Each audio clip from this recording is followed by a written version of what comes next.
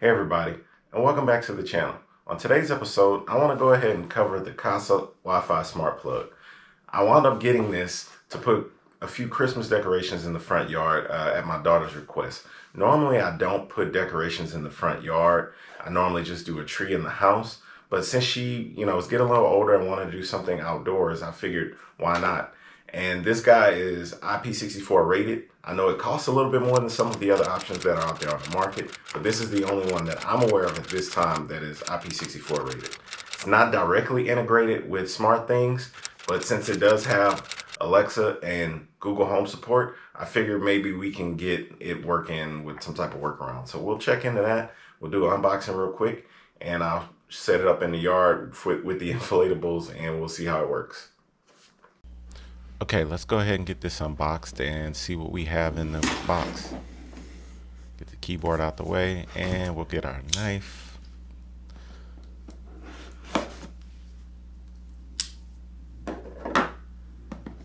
Alright, so inside the box, it's very minimal packaging, obviously. Surprisingly, though, you have this little mounting bracket in case you wanted to actually mount this to the wall. You know, if you had a cement or masonry bit or some sort, and you actually wanted to mount it permanently. This is just for the holiday season, so we're just going to do a temporary mount. So here's the business end. You get the plugs and a little weather strip boot, and it's actually labeled plug 1 and plug 2, so you know which is which is great. Then on the top, you see the little Wi-Fi indicator and your 1 and 2 indicators on the top. And then obviously you have the instructions here, which are pretty basic. Step 1, install the Kasa app. Step 2, add to Kasa. Step 3, install and power up. All right, so here we are outside, and we have our plug near the front door. So this is the plug we're going to use. It has a little weather strip covering. It's pretty common. Most people will have this at the front door. Even though this plug is waterproof, we're actually going to put it out in the yard. I'm just plugging it up here to do the initial sync and setup. That way I know it's getting power and there's no issue with like your extension cord or anything like that. So that's one thing I would say. If this thing doesn't light up or power up, make sure you're using a verified power source and go straight into the plug. So I'm gonna get my little helper here to help. She wanted to be involved, so I blocked out her face so we could put her in a video. Mom agreed to that, so that's what we're gonna do. So while this is blinking, I'm just getting my extension cord ready, and she wants to push buttons, obviously. And you need to make sure you download the app, which is something I probably should have done before I started recording. So here we go. Like I said, just go to the Google Play Store or the Apple App Store and download the Kasa app and go ahead and go through the install process.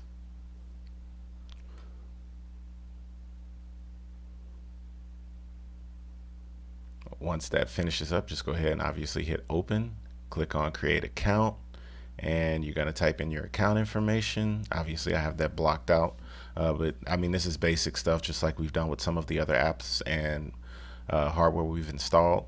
Select your location and then scroll down to the bottom, hit next. It's going to send you an email to verify your account. Obviously I have that blocked out as well, but just go to your email, whatever email account you use, find it, click on the link in the email. It's going to open a browser window and say congratulations, you're activated.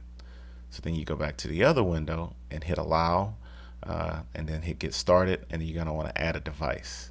As we saw up at the top, actually SmartThings is available, so we'll try that later. For now, we're going to go ahead and select the outdoor plug, and it should be blinking orange and green. Once it recognizes it, you have to connect to the Kasa Wi-Fi network and then supply your Wi-Fi information to the Kasa Wi-Fi, just like we've done with a lot of other Wi-Fi independent hardware devices. That's pretty standard. So it took me a couple of tries here going back and forth to connecting. So it asks you to connect back to your Wi-Fi once you're in the Kasa app, and then go back to the Kasa app. For some reason, it took me more than 1 or 2 tries, and then it finally synced up. Now you can see we're in the plug from here, and from here you just you can add the plugs and name them, and we'll be doing that here in just a bit. For now, we're going to go ahead and plug in our extension cord and little hands in the way. We're going to go ahead and plug in our extension cord and move over to the yard. That way we can set it up and make our decision on what we want to name plug 1 and plug 2.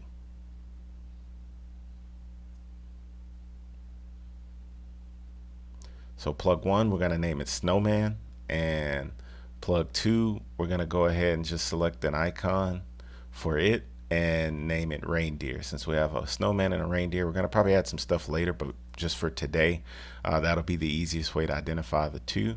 And then we're going to go ahead and hit next. And as you can see from there, now we have a firmware update, which you guys should be used to on the channel. Anytime and every time you install something that's wireless, there will probably be some type of firmware update.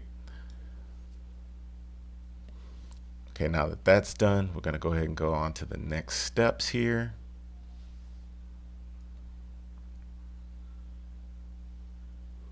All right, you're just going to scroll through the intro information. Now we can actually test our plugs and make sure they work.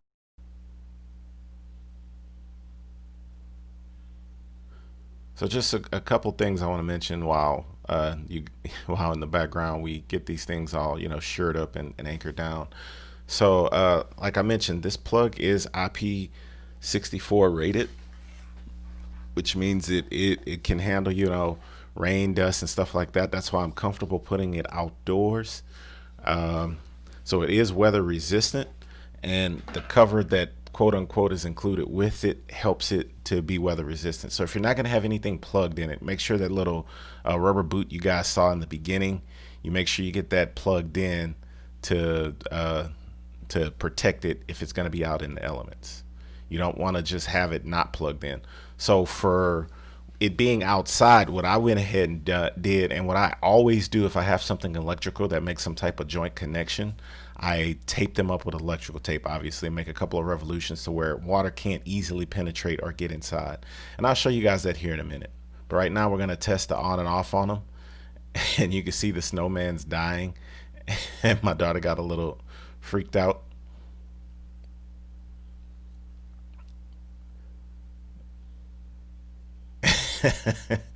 So then we obviously just power it right back up and it comes back to life. Just want to make sure that if we hit on and off on them, that it's a pretty much immediate response. So thumbs up on that. It's pretty fast. I mean, considering that it's going over Wi-Fi. I have seen some other devices where there's a bit of a delay.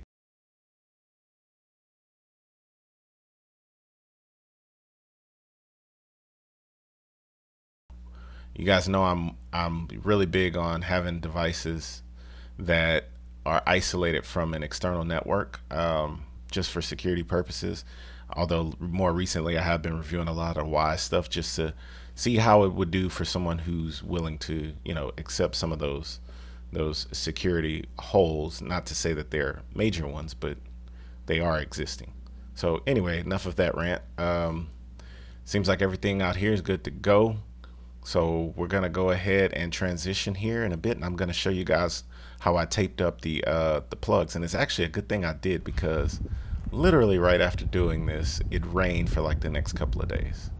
So I'm testing the on-off feature just to make sure that obviously the tape didn't really affect it or anything like that. But you also have physical buttons I wanted to show you guys on the outside of this device.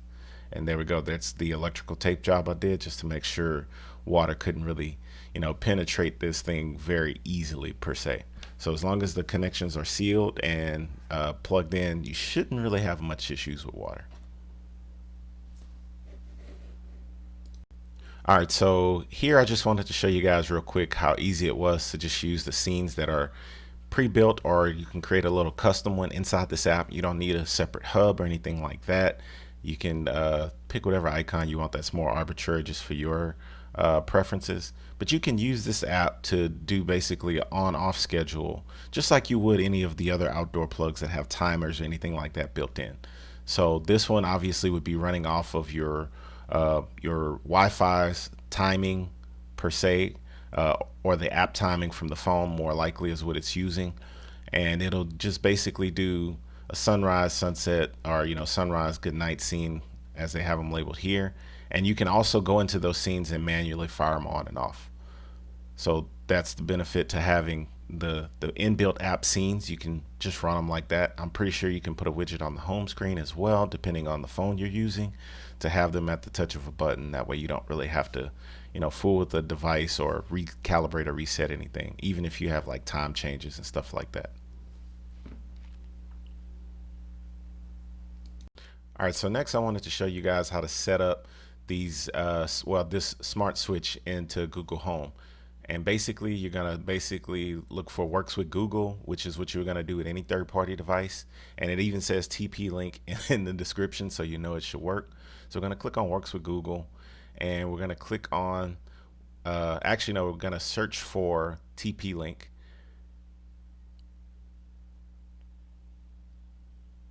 And we're going to select Kasa because that's the product line that we purchased.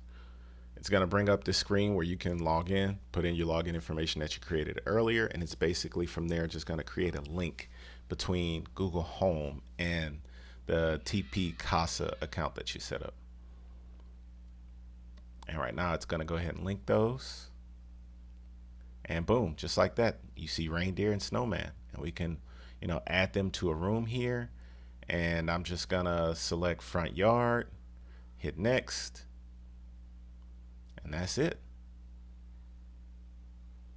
So now you can scroll through and find them in your front yard devices, and you see I have some front porch switches already, and boom, there's the reindeer and snowman. You can fire them on and off from here. You can create a scene, in fact, where all of your front yard lights cut off at a certain time and cut on at a certain time, just like we did in the TP Casa app. All right, so when we were setting up the Google device, we discovered that Samsung SmartThings did work with TP Link. So you can actually set this up, and if you have a Logitech Harmony already set up in your chain of devices like we do that will recognize switches and devices, you can actually just set it up in SmartThings and it'll work with your Alexa, Echo, and your Google Home. So you don't actually have to do anything else but set it up in SmartThings. So if you have SmartThings and you have smart assistants, you can go through here and just do this. Or if you have multiples or just one, you can set it up in the individual device as well. So we're just running through the basic setup here, like we did in Google, labeling it, so on and so forth. You're presented with the same screen where you have to log into your TP Casa account. And then from there, you just put in your credentials, just like we did before. You authorize it, and it creates the link, and you should be good to go.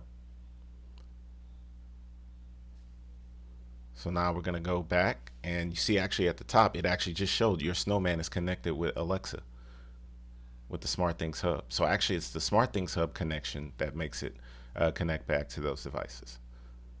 So remember that if you have something that isn't supported by Google or Alexa natively, and you have a SmartThings Hub, it usually will talk to those devices. I don't think it does it in other direction. So now we're just going to go into devices and your Alexa Hub.